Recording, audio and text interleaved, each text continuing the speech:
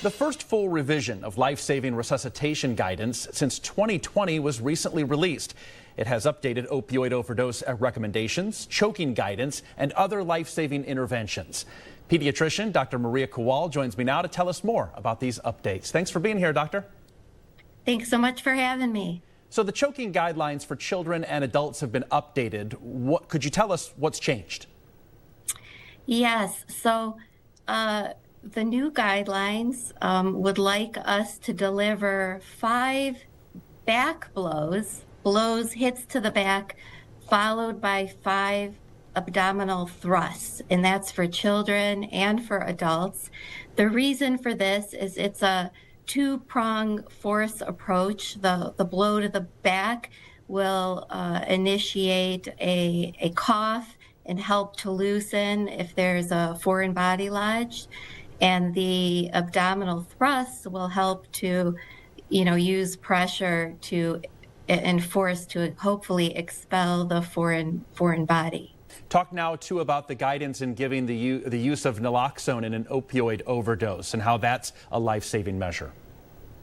Yes, so the Valley is no stranger to the terrible crisis, the opioid overdose crisis, and so many deaths from addiction. And so in the new guidelines, when a lay rescuer, a first responder, is calling for help, calling for an AED, also should be calling for Narcan or naloxone, which should really be part of any first aid kit now.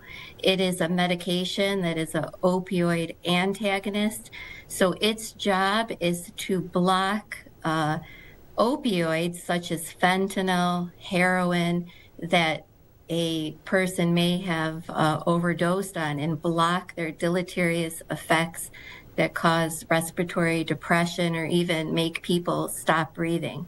So the new guidelines simply say, have this available and give it if there's any suspicion at all of an overdose. This does not take the place of CPR. You need to be doing your compressions and ventilations. You need to do the CPR, but when Narcan arrives on the scene, you need to administer it. And you shouldn't be afraid to do so because it is safe. If you have not overdosed on opioids, on heroin or fentanyl, it won't cause any harm to you, if someone had administered that to you. And I want to touch on CPR. The journal is publishing children 12 and older can be taught effective CPR and defibrillation, and training should be expanded in communities. How important is it to start teaching people how to do CPR at a young age? So I believe this is really critical in age 12 and even under. Kids are smart, kids like to learn.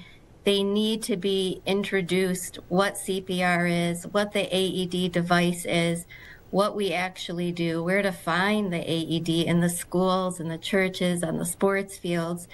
And the reason is simple. The more we see things, the more repetition we learn, we become comfortable, and then we can act. So when that 14-year-old's buddy goes down on the field, soccer field, is unresponsive, they can be comfortable to begin those compressions right away.